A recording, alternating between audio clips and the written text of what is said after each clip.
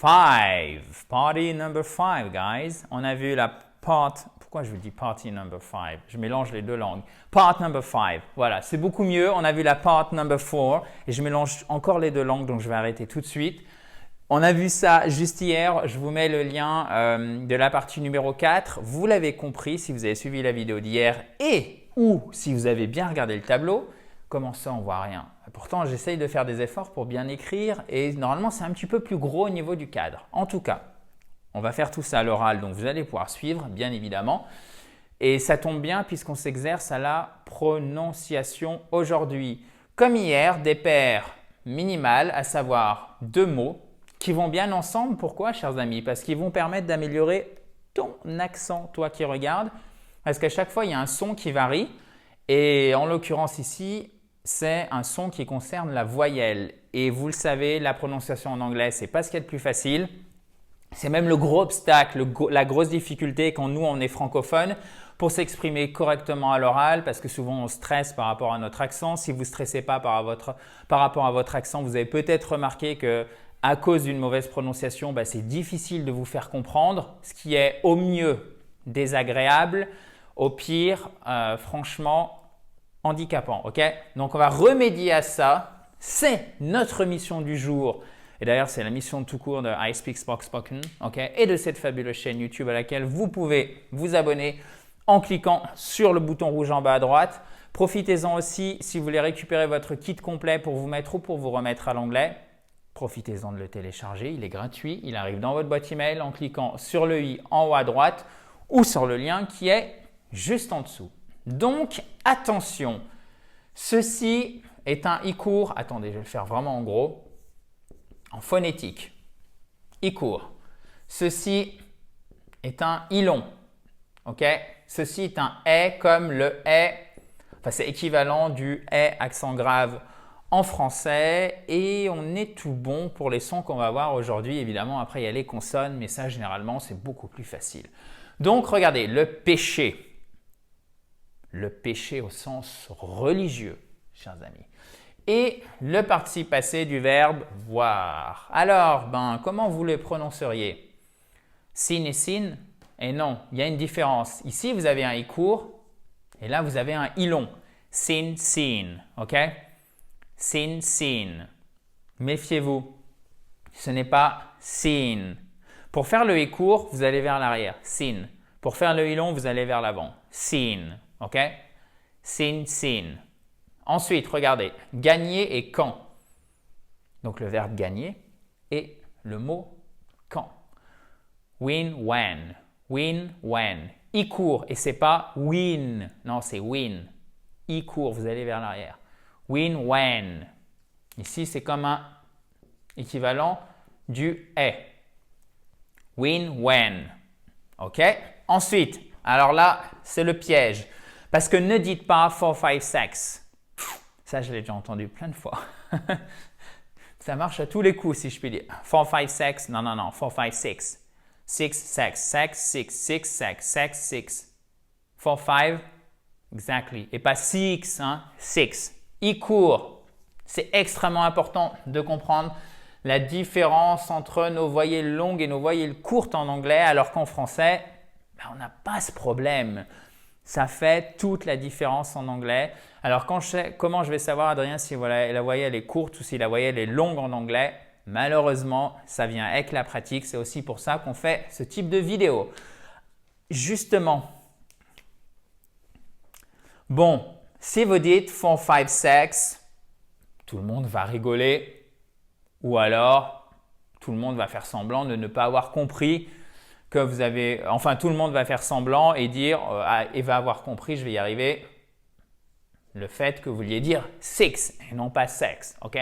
Mais par contre, là où ça peut devenir beaucoup plus problématique, c'est lorsque vous faites ce type de confusion, chers amis. Je vous préviens. Beach et beach, ok? Beach, beach.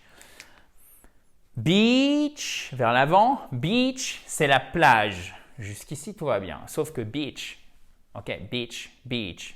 Beach avec le i court, c'est la chienne. Donc la femelle, dog.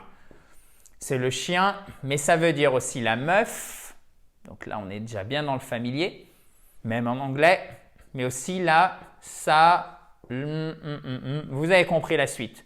Donc, si vous êtes sur la plage ou alors vous êtes sur la route et vous extasiez parce qu'il y a la plage à côté et vous dites à votre ami anglophone, « Oh, look at the beach, look at the beach ». Là, vous dites littéralement « Regarde la chienne » ou « Regarde là, ça ». Ok? Ah, je sais que c'est déjà arrivé à certains d'entre vous parce que j'en avais déjà parlé il y a longtemps sur cette fabuleuse chaîne YouTube. Donc, vraiment, méfiez-vous et ne dites pas « Look at the beach ». « Oh, look at the beach ». Non, « Look at the beach ». Ok? Îlon et pas « Look at the beach ». Ok. Et ensuite, alors, vous devez aussi savoir que c'est un mot qui est très utilisé tout de même, de manière vulgaire, notamment en American English, beach. Et ça veut dire, en fait, au-delà de l'insulte, ça devrait plutôt être traduit par meuf, ok? Mais c'est quelque chose d'assez courant, mais ça reste tout de même familier, voire vulgaire, beach, ok? Donc, beach et beach. Faites bien la différence, ce n'est pas look at the beach. Non, look at the beach, ok? Donc, ce n'est pas look at the beach, mais look at the beach. Parfait. Bon, je referme la parenthèse, mais vraiment faites attention à ça. Il ne faut pas vous faire avoir. Ensuite, la cloche, la facture, facturer. To bill someone et what? Bell. C'est la cloche, la sonnette, etc. Bon, généralement, c'est assez facile quand on a un I, un E. On ne se trompe pas trop. Par contre, on peut se tromper ici et faire un I long et dire bill. Non, ce n'est pas le cas, c'est bill, bell. OK? Ensuite, la volonté, mais c'est aussi l'auxiliaire du futur simple. Et ça, c'est bien, mais c'est aussi le puis. Alors bon, le puis, hein, on s'en fiche un petit peu, ce n'est pas forcément du vocabulaire indispensable, mais je voulais aussi vous donner ce sens. Par contre, ça, c'est du vocabulaire qui revient tout le temps, donc il faut le savoir. Will, well. Will, well. C'est pas will, ok?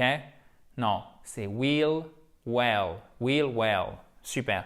Bon, maintenant, on va les refaire ensemble. On va partir du début. Donc, je vous laisse 3 secondes pour les faire et après, on corrige. Allez-y à 3. 1, 2, 3. OK? OK. Seen, seen. Seen, seen. Win, when. Ah, pardon, allez-y.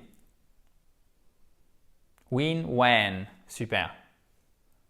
6, 6. Alors là, il faut les faire très vite, plein de fois. 6, 6, 6, 6, 6, 6, 6, 6, 6, 6, 6, 6, 6, 6, 6, 6. Vous faites tac, tac, tac, tac, tac, tac, tac, tac. 6, 6, 6, 6, 6, 6, 6, 6, 6, 6, 6, 6. Ensuite, celui-ci, allez-y. Beach. Et là, beach. OK? Beach, beach. Beach, beach. Beach, beach. Beach, beach. Beach, beach. Beach, beach. Super. Easy. Bell, bill. OK. OK. Will, well. Will, well. Bell, bill. Beach, beach. Non, non, non. Beach, beach. Super. Donc, le plus dur, à mon avis, c'est celui-ci. Beach, beach. OK? Win, when. Seen, seen. Après, c'est celui-ci. Seen, seen, etc. Moi, je ne sais pas vous, mais j'aime beaucoup répéter en fait. Je trouve que à chaque fois, on va essayer de bien faire la distinction, d'encore mieux faire que la dernière fois. Donc, essayez de vous prendre au jeu si ça vous plaît et vous verrez, c'est vraiment le fait d'avoir du plaisir plus de la régularité. Vous le savez, je radote, je répète tout le temps la même chose. Mais il n'y a pas de mystère, en fait, il n'y a pas de miracle pour apprendre l'anglais. C'est plaisir, plus régularité, plus fabuleux formateur, égale gros progrès, chers amis. Donc, je vous dis à demain, bien évidemment, dans la joie et la bonne humeur. Ça fait aussi partie du travail, j'aurais dû le rajouter, ceci. Il suffit de vous abonner dans notre équation, qui est fabuleux formateur, plaisir, joie et bonne humeur et surtout régularité. Je le mets en dernier, mais c'est le plus important, égale progrès important. OK? Si vous ne l'avez pas fait, abonnez-vous à cette fabuleuse chaîne YouTube en cliquant sur le bouton rouge juste en bas à droite. Et vous pouvez aussi mettre un pouce bleu, ça fait toujours plaisir si vous avez apprécié cette vidéo. C'est juste ici. Des questions, des remarques, des commentaires, vous pouvez les formuler. Sous le descriptif de la vidéo, vous avez une boîte à commentaires. Donc n'hésitez pas et je reviendrai vers vous rapidement. À demain, chers amis, dans la joie et la bonne humeur. Donc, talk to you tomorrow. Bye bye!